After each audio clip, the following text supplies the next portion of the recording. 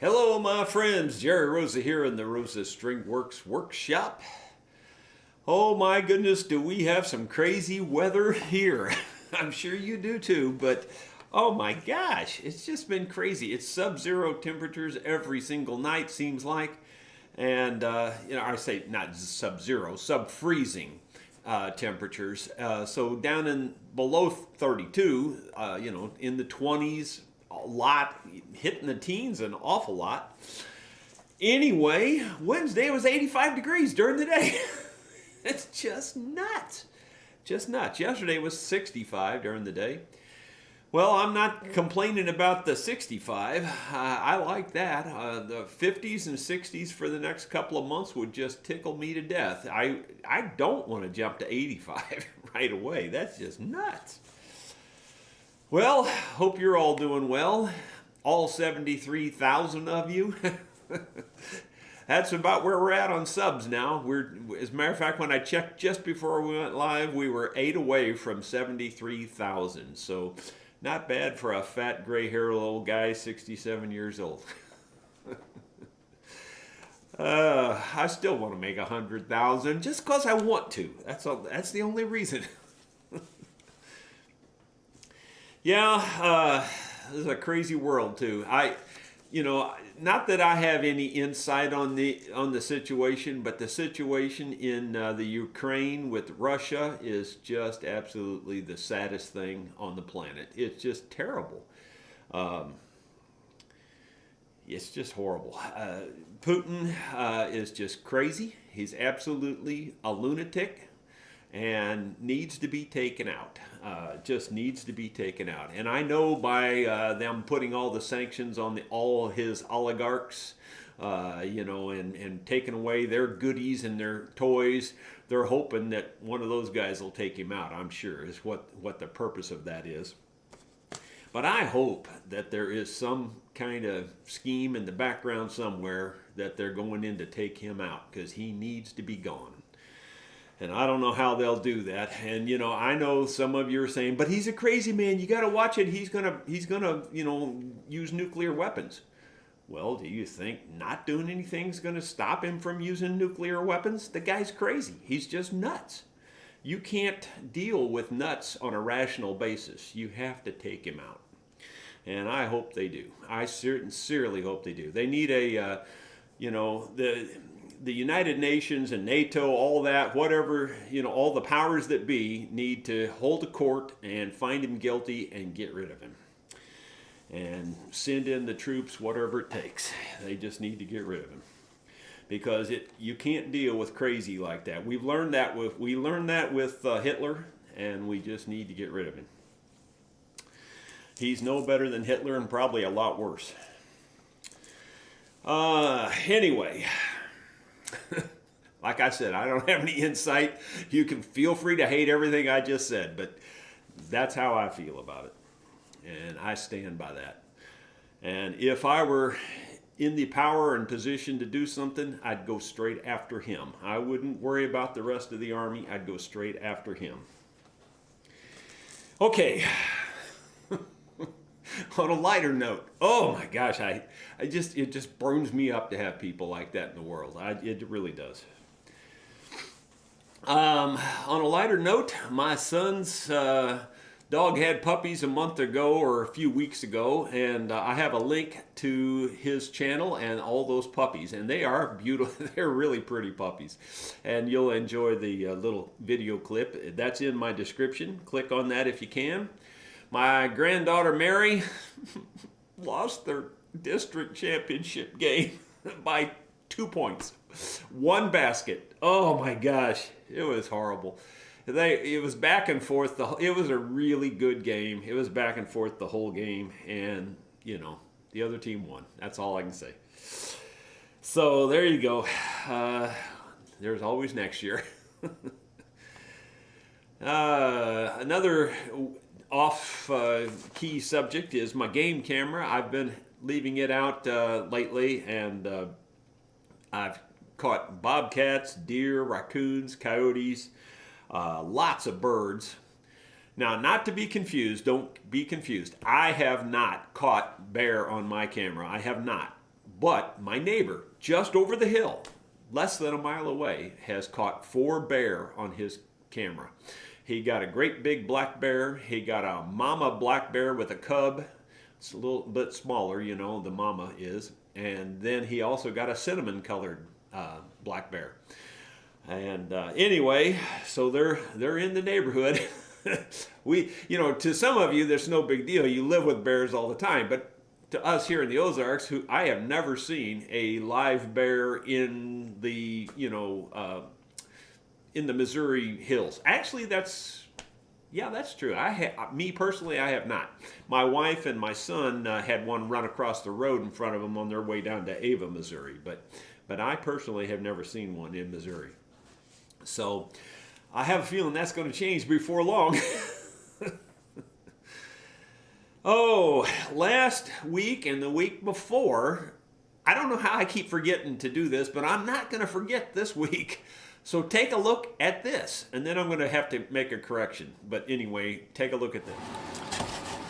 My friends, the guitar top went to Helen Freeman, and you can see she asked me to sign it, so I signed it and dated it. Now I signed this side because that's more interesting to me to hang on the wall than this would be. If I was going to hang it on the wall, I'd prefer to see that side. Plus it'll hang better on the wall because this side's flat. So I hope that's what you wanted. That's how I did it anyway. Okay, and the correction there is it wasn't his wife, Helen. He just used his wife's email. That happens a lot. I get to thinking there's lots of women watching my channel, but it's usually the men using the wife's emails is what it amounts to, and that was the case here. And his name is Vano. So Vano is actually the fellow that won that, Vano Freeman. The other giveaway was the handles made by Alan Dust, the sanding handles, and watch this. The 2 spare Allen Dust sanding handles were won by Gary Boer, who, by the way, has an awesome bluegrass band. You should check him out on YouTube. Boer is spelled, and that's how you spell it right there. So check him out on YouTube. Well, and as a follow-up to that, not only did he win those handles, he was the first to ask for those.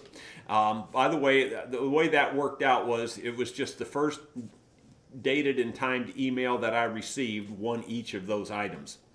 And not only that about the Boers, but look at this. He sent me a whole bunch of his CDs to give away. And I have selected 12 of them here to give away on the channel. I'm going to give 6 to my Patreon viewers and 6 to just regular viewers. So if you're a Patreon supporter, then you've got better odds of winning one. What I haven't decided yet is how I'm going to give them away. So if you guys have good ideas on how to give stuff away, it's kind of hard to do, actually. You'd be surprised because, you know, people keep sending them in, keep sending in requests for the things. So I'm just trying to look for something creative, some way to give them away. If you have suggestions, send me an email, rosastringworks@gmail.com. I might try something unique. We won't give them away today, but in maybe the next Shop Talk, we'll talk about giving those away. In addition, this is pretty cool. One of my Patreon supporters will win this. Now this is a rose of, abalone and mother of pearl. I did not make this. I just want to be clear. My brother had purchased this as an extra. He was just checking it out and he purchased this online. But it's really pretty and it's nice. It's just not one that I will use because it doesn't follow my exact rose logo and everything, so I won't use it. But I will give it away to one of my Patreon supporters. And again, I'm looking for a creative way to give these things away. So I'm not going to give it away today, but I just thought I'd point it out right now that this will be a giveaway to one of my Patreon supporters down the road. Okay, giveaways.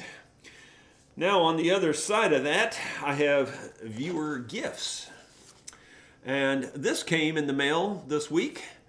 anonymously, and it is a repair patch, a repair tape patch. So it's for repairing, tents and backpacks, sleeping bags, clothes, and much more. It looks like there's 3 patches in here. I do not know where this came from. So thank you, whoever sent it.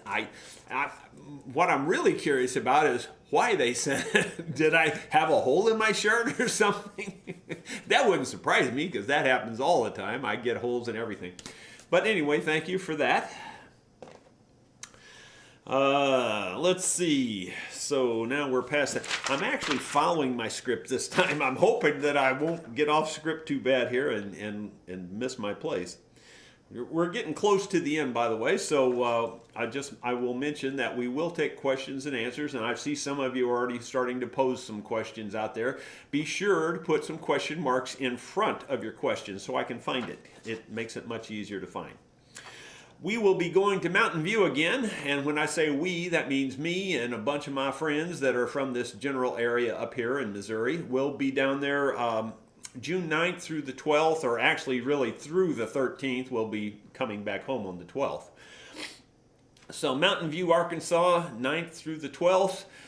We just go down there, just have fun and hang out and jam and stuff, and that's all we do. We just play music, and some of them go out to eat in the evenings and things like that. I'm not that big on the food thing, so I go down there for the music, and that's it. The music and the just hanging out together. If you are interested in going down there and meeting up and jamming with us, just send me an email as we get closer, and I will give you my phone number where you can reach me once we get down there. I've been trying to tell people where we hang out, and the fact is we haven't been hanging out I don't control it all. Like they changed my mind. We get down there and I think we're going to be on the front porch of the bed and breakfast or under the gazebos, and it turns out we're down on a campground. So it's better if you just get my personal text, and then we can text back and forth once you get down there. But if you want that, let's wait till we get closer to the time and let me know you're going to be down there, and then I'll give you my number where you can text me once we're down there. It is a fun time, though. If you've never been down there, what it is just people playing music all over the town, really. You just go down there to jam. That's all it is. It's just a bunch of folks just having fun playing music. You can go down there pretty much any weekend, and there'll be something going on with people jamming. At least any weekend that's not in the freezing winter. I've never been down there in the winter time, so I don't really know what goes on down there then. We talk about all these instruments on this channel, and I will just say Martins have always been important to me. But unfortunately, I'm not talking about the instruments today. I'm talking about the birds. The Martins are going to be coming back after a long absence of not having them here on the farm. They came back last year, and we raised about a dozen of them. And that usually means you're going to get them this year. So they should be coming back, real soon, probably before the end of March. So I'm starting to work on things, and one of the things is this. When you see that pole there, that's a real long pole. It's a steel pole, and it's 20 feet long, a little bit longer than that actually, about 20 feet and a few inches. And if you look at the upper end of that pole, you can see it's black, and the bottom end there is just kind of rusty metal, and that bottom end is going to go in the concrete, and you can see I welded on some lugs there, and those lugs will be good to grip the concrete. And anyway, on the far end there, I'll weld on a pulley up there, and I'll put a line and a winch on the pole so that I can winch the houses up. And I'll be putting a big gourd rack up there at the top. Martins like really high houses and things, like I would say a minimum of 12 feet up. You could probably get by with 12 feet, but they like them pretty high. So if you get them 18 feet up, you're probably better. And that's probably about where we'll be on this, is 16 to 18 feet, somewhere in there. Probably not quite 18, probably 16 to 17 feet, because about 3 feet of that's going to be in the ground. So we'll be up there pretty high. Anyway, in terms of martins, in case you have wanted to attract them, I'll just mention that there's 2 or 3 things you got to do. First of all, you need to have the houses out in a very open area. They don't like confined spaces. If you've got trees within 40 feet, not likely to get martins. You need to have it out in an open area where they can fly in from any direction, pretty much. It's good if you have wires, like telephone wires, things like that, up high that they can land on near their house, within a few, within 40, 50 feet or so. It would be nice. And it's usually good if there's a building or two around. Again, not real close, but fairly close, 40, 50 feet away, something like that. They like buildings. They like people being around, actually. It's just kind of one of their things. And gourds are preferred by martins over regular traditional houses. You can get them to build in houses too, and lots of people do, but it's much easier to get them in a gourd first than it is to get them in houses. We don't really know why that is. We think that it's got something to do with the tradition of the Indians making gourd houses for them back, many hundreds of years in the past. But anyway, that's kind of the truth. And martins are totally dependent upon people. They don't build in the wild anymore. They are the only bird species that I know of that if it wasn't for people, they wouldn't be here. It's kind of the opposite with so many other animals. But I always have really liked martins. I think they're really cool. They eat a lot of big flying insects. It used to be a big myth that they ate mosquitoes, and they do eat mosquitoes, don't get me wrong, but they don't eat a huge quantity of mosquitoes like people used to think they do. They eat mostly large flying insects. So they eat a lot of horseflies, and that's the main reason I want them here, is we have a ton of horseflies. So it'd be like heaven for them. And if you have water fairly close, that's a good thing too for martins. But anyway, that's just some information there. And you do have to keep the starlings cleaned out. If you don't keep them cleaned out, you won't have martins. So if you're a little bit on the lazy side, you probably don't even want to think about trying to attract martins, because all you're going to attract is sparrows and starlings. So you really have to be active at it and work at it. Let's see here. I had something here. I'm going to click on this. The 2 spare Allen Dust sanding handles were one. Never mind. It was a 2-line thing here. It word wrapped around. I didn't realize that was the same thing. Sorry. It was on my screen here and I couldn't tell what it was. Okay. The next thing.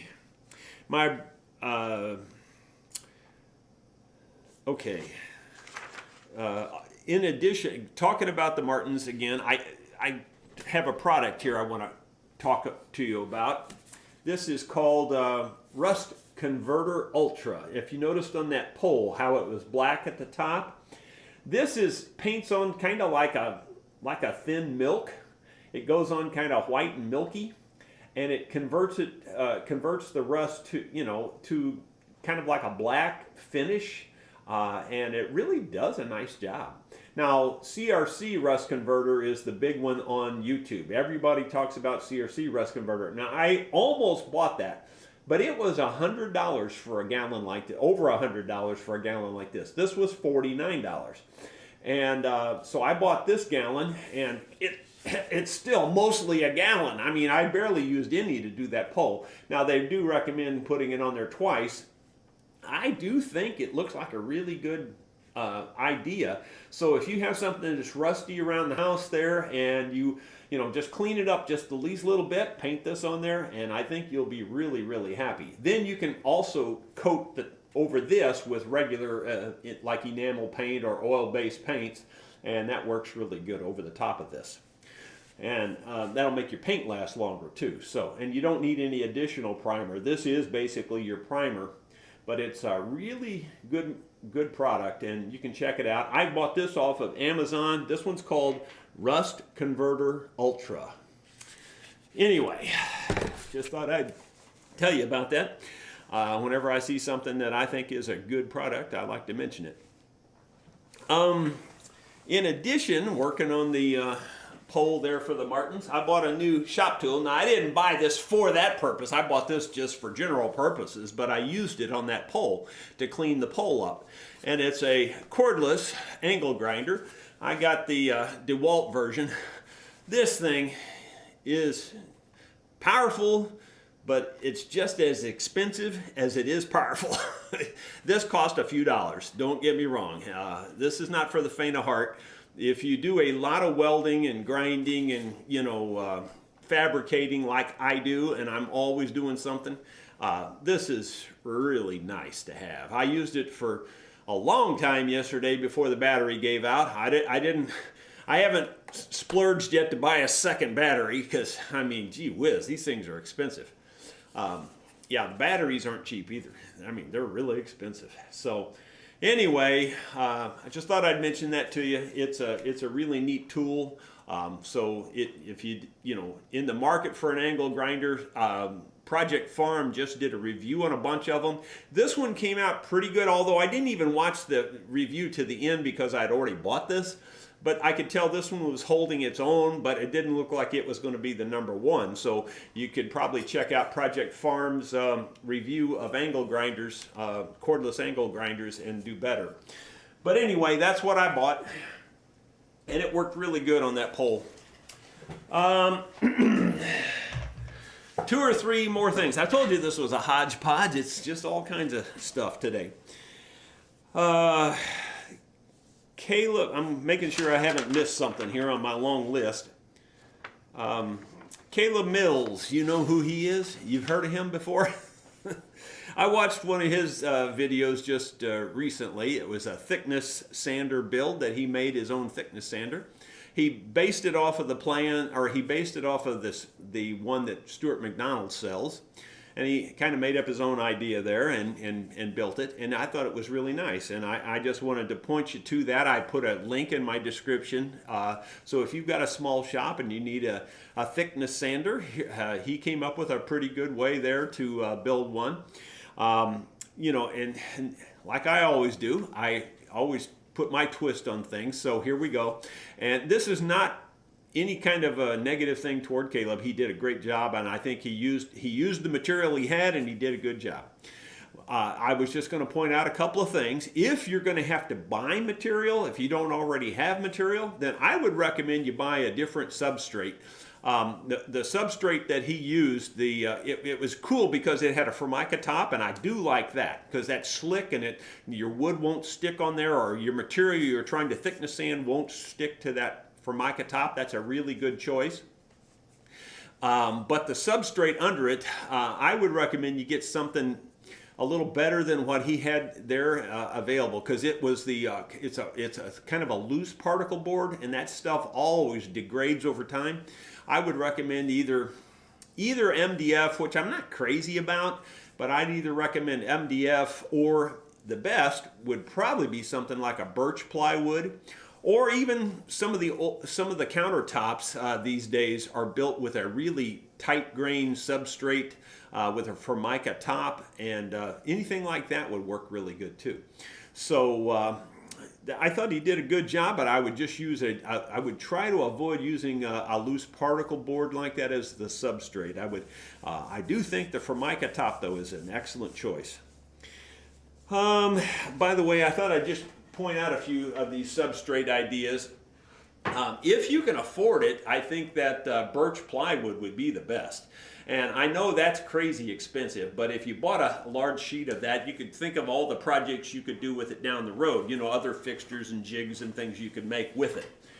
But like here is like MDF, and you can probably tell there that it's really smooth, tight, hard grain. This is a pretty good choice. It's not my favorite, but it's pretty good. You can route this and get it pretty smooth and everything, and it doesn't crumble too bad, so it's not a bad choice for a substrate. Here's some pretty good high-grade plywood, even though it's not birch. If you look at the edge of your plywood and see how many plies it has, the more plies it has, the better your plywood is. And that's how anything with, say, 5 plies or more would probably be a good choice. This actually has 4. That's not too bad, because a lot of them only have 3 plies. So this one has 4, but if you can get 5 or more plies in your plywood, that's a real good substrate. Here's another example. This is more like the substrate that Caleb used. Now, if you look there, you can see how it's kind of open. That grain is pretty open, and you know, it's not your best choice. I mean, you can use this, and certainly it'll work. And if that's what you have, heck, I'd use it, you know, but just like Caleb did. But if you can find something with a tighter substrate, that's what I'd recommend. And then finally, I just thought I'd show you this just for grins. This is a piece of flooring, and of course it's a real good choice because it's very stable. It's not going to move much because they've engineered this to be stable. And I just thought this was cool because my brother brought this, and you see all the roses inlaid in this. This would be some very expensive flooring, I'm sure. But this was just a piece he had left over on a job, and he brought it and gave it to me. So there you go.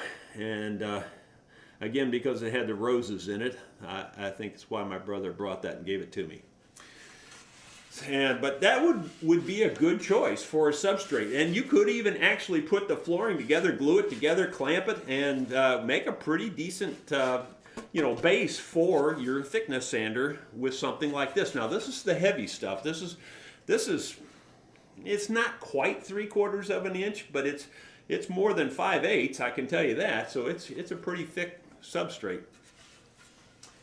So anyway, stuff like that, something stable and doesn't crumble and fall apart is your best choice for something like that if you need to make yourself a thickness sander. Again, the link is in the description showing you how that Caleb made his, and I thought he did an awesome job. Let's see.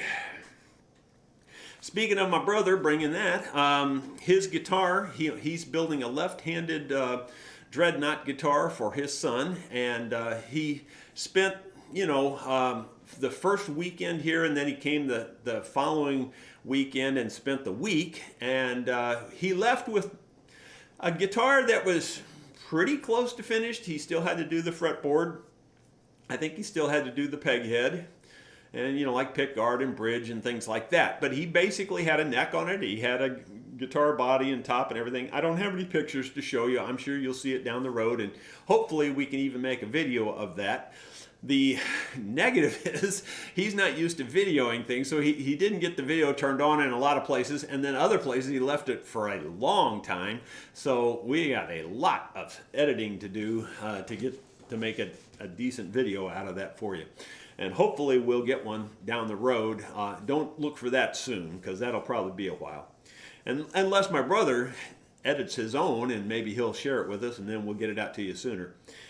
Hopefully that would be the case. Anyway, it looked like it was going to be a nice guitar. My project, the world's finest mandolin ever built by a human, it's moving along, but I still am stalling here because if you can look up here, you can see I'm putting all of this fancy inlay around it. And you can see how the points came out there. Hopefully you can see it. And I still have the binding to put on there around the edges yet. But hopefully you can see how I did the actual point of it there. I don't know where it focuses the best. But yeah, a lot of work. This may look like a strip. It's not. It's individual little pieces. Some of them are just really short, and some of them are 1/4 inch long, and but you have to break them into short pieces, and then you have to match. It's like laying bricks around a circle, how the ends don't match. You have to bevel them till they do match, and all of these have been beveled and fitted in there to make them fit tight, one by one, little tiny piece at a time. And then I was making good progress, and yesterday I made it almost all the way up to around here. I made it that far. Guess what? You don't see that there, do you? I made a fatal mistake. I made a big flaw. I didn't realize that I had left this a little thicker around here, and the binding wasn't tall enough to cover the edge of all of that. So I had to take it all back out, and then I had to recarve all of this whole area. I had to recarve this whole thing, bring it down some, and then I'm on my way back to putting it back in there. So, and as you know, some of the videos have started coming out on the world's finest mandolin ever built by a human. Again, that's just my goal. It's not a brag or a boast. It should be everybody's goal to build the world's finest instrument when you're building it, right?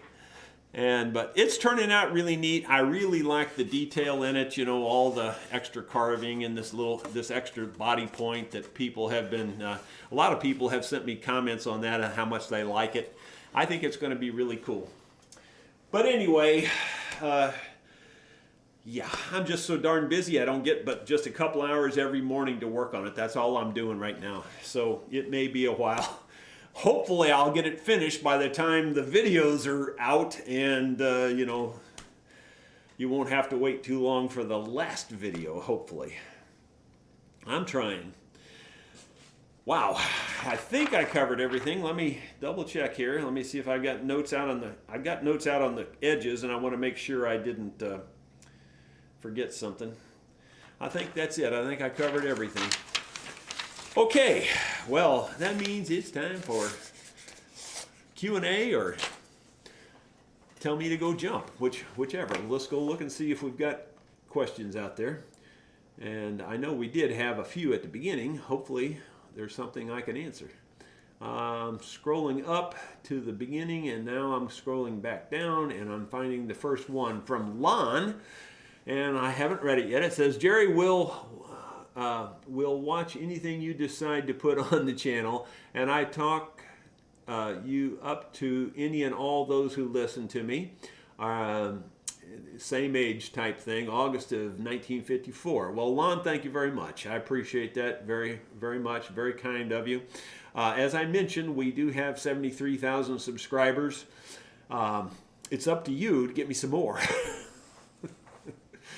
Now, if I was better, I'd have more, I guess, is the way I look at it. So I do the best I can. I just wish we were at 100,000. Paul Akers, with the height difference between fret wire, do you measure string height from the fretboard or the fret? Yeah, always measure it from the fret. Well, Paul, you hit on another one of my pet peeves. I like lower frets. I'm sorry, I just do. It feels nicer to me to play. When you get those frets, those really tall frets, your wires are way above that. Your strings are way above that. Well, I'm not way above it. I mean, I don't know. I can't even talk. You got the tall fret. Then you got your string. You got to have some clearance above that. My point is, your strings are now way above your fretboard because the frets are so tall. And when you're pressing down, there's nothing to press against other than air, Now, the real good, quote-unquote, high-end musicians, they kind of like that because that gives them speed, and they can, they just touch down on that wire. Well, but for us guys that squeeze too hard, and I do squeeze too hard, I openly admit, that hurts my hands. I don't like the tall frets. So you hit on my thing there, Paul. I like the lower frets myself, but you do always measure your string height from the top of the fret. So there you go. Hope that made sense. I don't feel like I can even talk. Gordon Bartlett. That's a legendary echo effect. Uh-oh. I didn't know we had an echo effect. Is it still echoing? I hope not. Okay. I can't tell there's any echo, Gordon. So, is there a way to balance? And I guess you're talking about the... Oh, no, he's going on. I apologize in advance. That's his username. It says, oops, is there a way to balance an acoustic guitar to prevent the neck from diving too much? I don't know if I know really what you mean. Diving, you mean down? So the neck is going down on the guitar? I almost never see that, so I don't know if I know how to tell you what to do about it. I'm not sure I follow your question there. I'm sorry. It says a way to balance an acoustic guitar to prevent the neck from diving so much. If some of you other folks out there are smarter than me and can answer that, feel free to answer that in the comments. Unfortunately, I'm not sure how to answer that. Hakla says, I love your banter. Why would the volume of a skinny E string be noticeably lower on a Tele-style guitar? Why would the volume be noticeably lower? If you're talking about an electric instrument, I can't honestly answer it because I'm not an electric expert, but I'd say it has something to do with your pickup and or magnets or something like that. That's just a guess. Don't really know, so you probably need to ask an electric expert. Oh,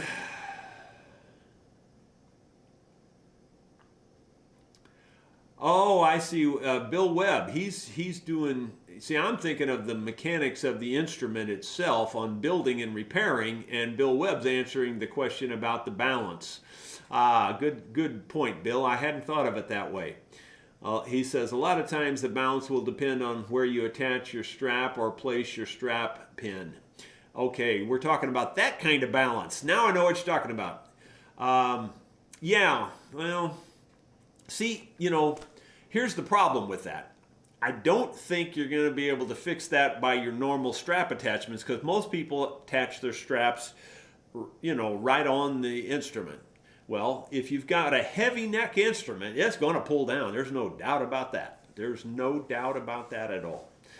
And my brother, for instance, he made his guitar with a very heavy neck. It's got the leopard wood neck. The advantage of the heavy neck is that it gives your instrument more sustain. It's a good solid handle attached to the body. Therefore, it's just like a bell. If you got a good tight handle on your bell, it's going to ring really good. You got a loose handle or a lightweight handle type thing, it's not going to ring as well. You get a solid heavy duty handle, your bell's really going to ring. It's kind of like that. So your acoustic guitar is kind of like that too. If you have a very heavy neck, which is kind of good and kind of bad because it's going to pull down. And I don't know of anything you can do about that other than attach your strap up at the nut end. And I don't necessarily recommend that because that puts a lot of pressure on your neck joint at the body. And we know what that can do. So, I think it's something you're going to have to live with. Either that or take a hatchet to the neck and trim it down a little bit. Sorry, that's, and now I see your point there. And Bill, thanks for being smarter than me so I could help answer that a little bit more intelligently now. I get on a one-track mind. See, I'm thinking repair and building and repairing is all I'm thinking about. I don't think about just using it. Why would I think about using it? Anyway, Andrew Keppel, morning. I never see you use any kind of patterns to check the contour of your mandolin tops and backs, aside from the thickness caliper on the inside. Do you really just carve and look by look and feel? Andrew, believe it or not, that's how I do it. Yeah, it is pretty much just that way, Andrew. I feel like I know exactly how I want it, and I just carve it and do it that way. It's kind of like, I don't know, I hate to sound like, this might sound kind of smug or something. I hope it doesn't. I hope I don't come across that way. It's kind of like that artist eye thing. There are some artists that can just draw anything and paint anything and make it realistic and just make it beautiful. Well, I feel like I can carve like that on my carving. I do feel like I've got that down and I know exactly how I want it. As I say, your results may vary. But that's it. That is how I do it, Andrew. good observation, because that is true. That's how I do it. But what you see on my videos is pretty much what you get. I generally don't hide anything. When I say generally, as far as I know, I don't hide anything. Let's see here. Lloyd DeSalt Sr. has a question. If it hasn't arrived in the mail yet, I have sent you some special 220 sandpaper I think you will find comes in handy on curved and round material. Well, thank you, Lloyd. I appreciate that very much. Peter Bryan. Jerry, what is your feeling about sapelli as a tone wood with the shortage of mahogany? Yeah, I don't have a problem with it. I can't hardly tell the difference between that and mahogany. It's very similar. I think it would be fine.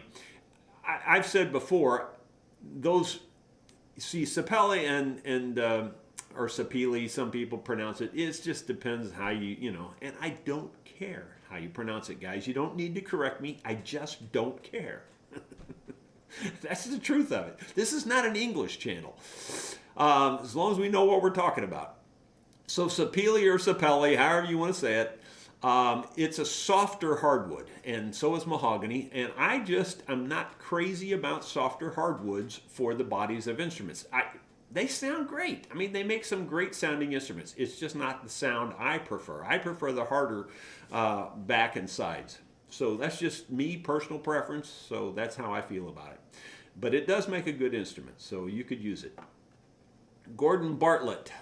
My in-laws had a 5-tier Martin condo in the backyard, fully occupied. The Martins used to foul the side of the house because of the mosquitoes would buzz around.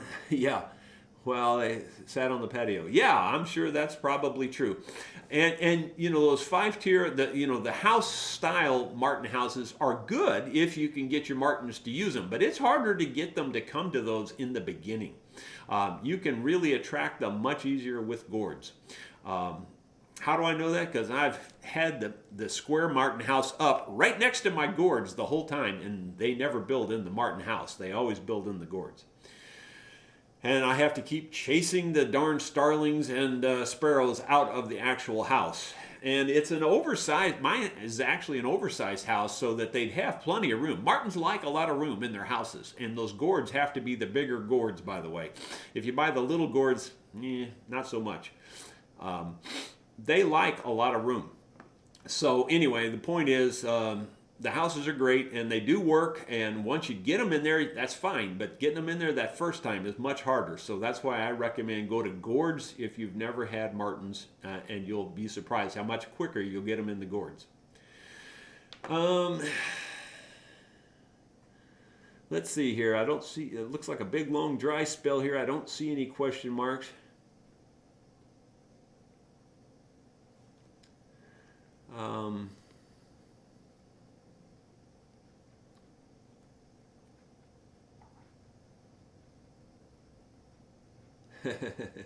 Bill said he did watch Caleb's video on the thickness sander, and it kind of reminded him of someone. I wonder who that would be. Let's see here. I'm scrolling, and I think it just moved on me a long way again. Doggone it. Not sure where I was. That's the real tricky part of this. Trying to get back to... All right, that looks like Ed Sauter maybe is the next question. I have an old guitar sets in EIR in mahogany from the 80s. When I worked with 4 Martin guitar, do you know if they fall into the new restrictions with the sites regulations? I'd like to use them now.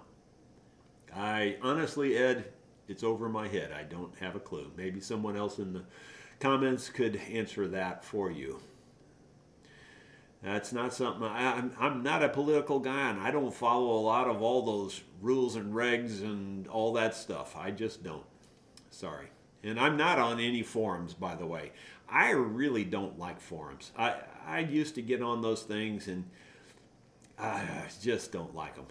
For them, there's a bunch of good folks on there, but there's always 2 or 3 guys who think they know everything, and that's why I just really don't like forums. Me, on the other hand, I don't feel like I'm that way. I hope you don't think I'm that way.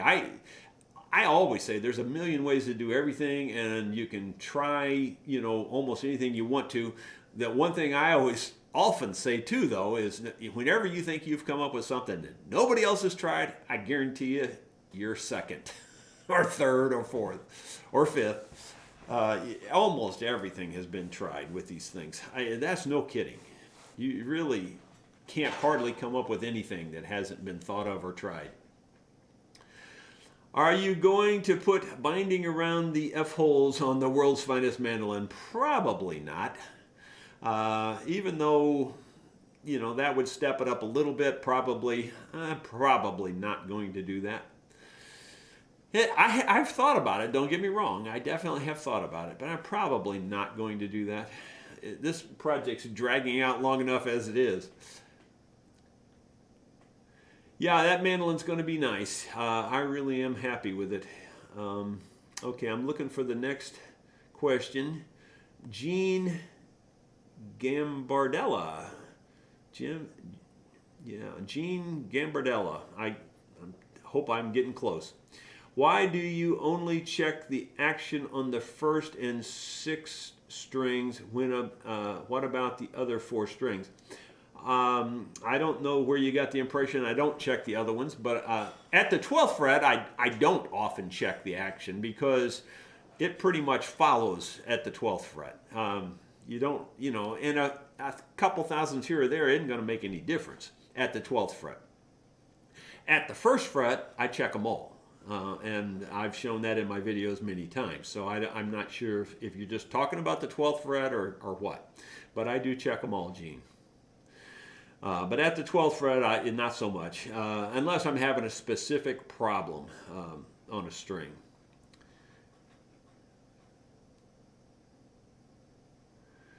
And Ron kind of follows up with, Ron Melberg kind of followed up and kind of answered it very similarly. But like I said, at the 1st fret, you got to check them all. At the 12th fret, not so much. It's not that important. Unless you're one of those super picky musicians, and there are a bunch of those folks out there, trust me. Honestly, you just don't even have a chart that would measure how picky some people are. You wouldn't believe it. I mean, the things I've seen, I just don't like to talk about people that way, or I would give you specific examples. It's unbelievable how picky these people. That's why I say when you want to enter this job, if this is something you think you might want to do for a career, you better be darn good with dealing with super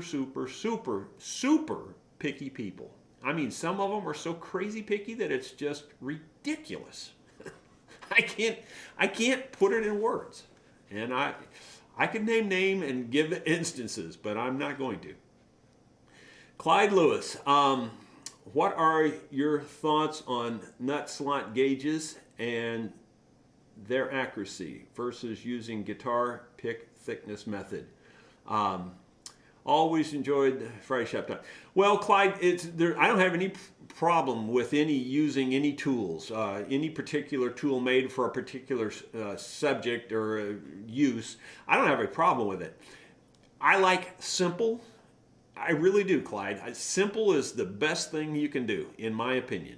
That's why I went to that little taper gauge that I show every shop talk, because everybody wants to know about this thing. But this is simple. And that is this thing here. It's a simple gauge. You slide in there and you can check your string height. Simple is good. You can do the same thing with feeler gauges. You can do the same thing with other things, just not nearly as easy. This is simple. This is, I better tell you what it is because everybody will be asking. In size number 4630-1E. In size, INSIZE, all jammed together, 4630-1E. Get them on eBay. They're not cheap, $66 or somewhere in that neighborhood.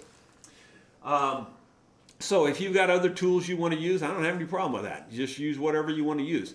The cool thing about the pick is it works this time, every time, and you do have to get a little bit of a feel. I mean, like you just kind of start understanding that you want it a little bit tighter on your small strings and a little bit looser on your, but it's simple, and I like that.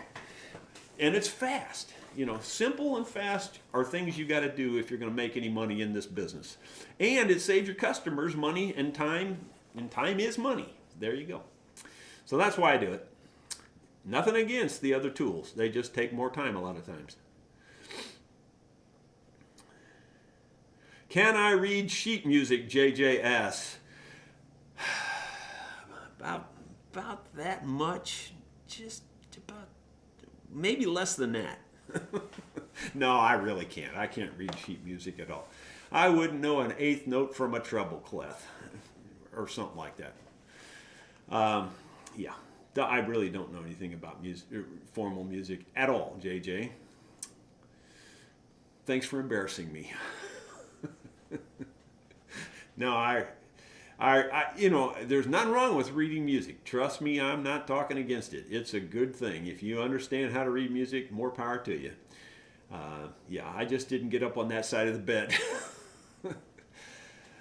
Let's see. Gordon Bartlett, if you were putting a sound port in the side of a guitar after cutting the hole, how would you finish the edge, or would you? Well, I've never done that. I shouldn't say I've never done it, because I remember, I don't even think I got this one on video because the customer made me mad. So I never put it out on video. But I did repair a hole in the side of a guitar where something had broke out and all that, and I fixed all that for a customer. And anyway, I've worked on them a little bit, but I haven't really done a lot of that side hole business. But how would you finish it? I'm not sure. See, again, here I am with my brain. Finish means one thing to me and means something else to you. I'm not sure what you mean there. How would I finish it? I mean, are you talking about rounding over the edges? Are you talking about actual finish? Are you talking about, putting some kind of inlay around it or something, or some binding around it? I mean, I'm not sure what you mean there. So that's my problem. Sometimes I think too much, and that's what gets me confused. How do you get an accurate measurement with in-size? Mine seems to rock the side. I think I have the Randy shaking hand syndrome. Well, yeah, it definitely rocks back and forth on that fret. But the top of this should be level with the top of your bottom of your string. So you kind of look at that, and you just kind of keep working it, and that's why you see me actually tapping the string back and forth like this, and I'm kind of wiggling this thing, and it just takes practice. I wasn't that good at it the first couple times I used it, but now I feel like I got it down to a science. Pretty much can just do it in a heartbeat. But yeah, you're right. It has that issue. But anything you have that you put in there is going to have that issue.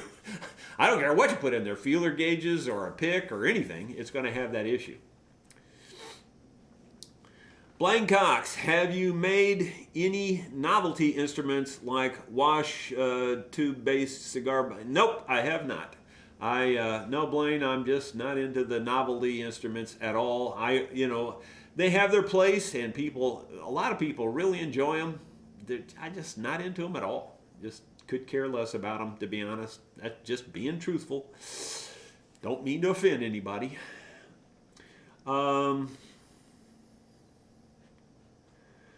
Here's just a comment. It's not a question, but Sex says, I love your videos, man. You have no idea how much I've learned from your videos, teachings. You really are pushing me to pursue lutherie as a profession. I'm really glad I stumbled on your vids. Well, thank you. His username is _SEC, so I don't know what that exactly means. But anyway, thank you _SEC for the comment. I appreciate it. But again, if you're going to do this as a profession, get a thick skin. because you are in for trouble. You just don't realize how picky musicians can be. And I mean, it's just hard to explain. You can't, it's on a different scale altogether. I mean, you see customer problems in stores and things. You see it all the time where people just get aggravated and they're reading the sales clerk a riot act, or they're up there in the line and they're all over the McDonald's little server. Try doing this on a $10,000 instrument on a really, really super picky person and see what kind of feedback you get. Yeah, that's all I can tell you. Do you ever cut slots in a saddle? No, I typically don't, Ron. However, having said that, Kim Werner that was here, we had to actually cut some slots in his saddle for his bouzouki, and the reason was he didn't like the string spacing that was in the bridge. Now, in hindsight, and we realized this afterwards, we made a new bridge for that, and we could have actually slid the strings together. And, with all the stuff we were doing and how fast we were trying to get it done, I didn't think of that. I should have, but I could have put his holes a little closer together, and that would have got his strings a little closer together, and then we wouldn't have had to cut slots to move the strings closer together. That's why we cut them. That's the only time I've really cut slots in a saddle. I way prefer not to do that. So if you have to, you have to, but I wouldn't do it if you didn't have to. Okay. Yeah, JJ said he had an uncle that could play anything by ear. Well, that's the way I am. Can I play anything by ear? Well, almost. Almost. And I say almost because there are things I can't play very well. I'm not real good at real super melodic fiddle tunes and things like that. I can get through them and I can fake my way through them, but it's not real good. On a scale of 1 to 10, it would be a 5 or a 6. But I can get through it. Pretty much anything I can get through. But like I said, it's a 5 or a 6. It's not a 7 or an 8 or a 10. And that's just being truthful. Gary Boer says, picky musicians, that's an understatement. Not really, you just don't know. It's on a different scale, like you just can't understand. And you really can't understand it unless you do this. Then you'll understand it really quick. Especially that first, don't get me wrong. It's the 80-20 rule. 80% of your musicians that you're working for are just super nice and, no problem at all. And even the next 10% are pretty good, but that upper 10%, different level altogether. Just different level altogether. You just don't have a clue. The Junior Rosemeister's horse training is awesome. Good. Yeah, JR, he's really good with animals. He always has been really good with animals. My granddaughter, his daughter, Becca, Rebecca is her name, but everybody calls her Becca. She's definitely following in his footsteps that way in terms of the animals. She has loved animals since she was a baby. She just loves animals. It's just a different level again, just a different scale. And so she's planning to be a veterinarian. And I hope that works out for her because she would be an awesome veterinarian. She really would. She's really smart, and anyway, it would work out great. She gets straight A's in school, so hopefully she will become that veterinarian. Yeah, if you haven't checked out JR's channel, at least click on that link that's in my description. It's a link to his puppies, and I think you'll enjoy seeing those. Those are Labradoodles. He had 9 puppies born. And I've never seen puppies any fatter than these puppies. They are so fat. They almost grunt when you pick them up. They're just so fat. But anyway, you'll enjoy that. I think we're out of questions. Are we out of time? Yeah, we're just about out of time too. 9:02. So if anybody has one last minute question, we'll go there. And if not, it looks like we're done. So I don't see a question there popping up right away, so thank you all so much for joining me today. I'm going to get back to my Martin pole fabrication and try to get that thing up here before the Martins show up. Thank you so much for joining me. I'll see you same time, same place next Friday.